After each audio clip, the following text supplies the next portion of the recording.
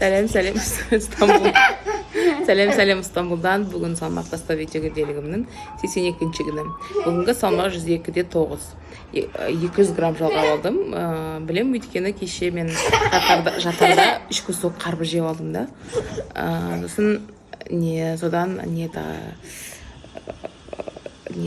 су ғой тұрған қарбыз.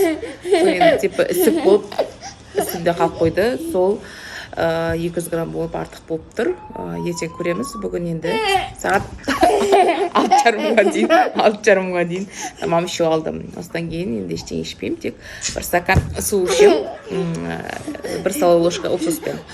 Сол таңертең тұрдым, жаттығуымды жасадым, планка, вакуумды жасадым. Келіп пейім. Моды geçti mi? Сол енді бүгінгі ас мәзірін бәрін көрсетемін сізге. Кешірім сұраймын, енді балам ойнап жүріп түсіртпей жатыр. Қарағандарыңызға рахмет. Кешке дейін ас мәзірімді тамашалаңыздар. Пока-пока.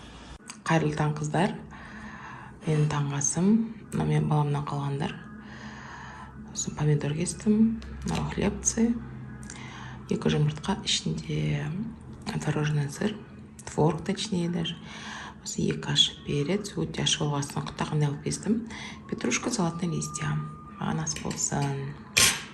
Қыздар, менің кешкі асым чечевичный сорпа, бір тілім қара нан, үстіндегі ащы бір өте ащы, сол үшін жіңішкелеп турап салдым. Маған ас болсын. Қарағандарыңызға рахмет. Лайк басыңыз, комментарий тастаңыз, каналыма тіркеліңіз. Пока-пока. Кештеріңіз жақсы өтсін.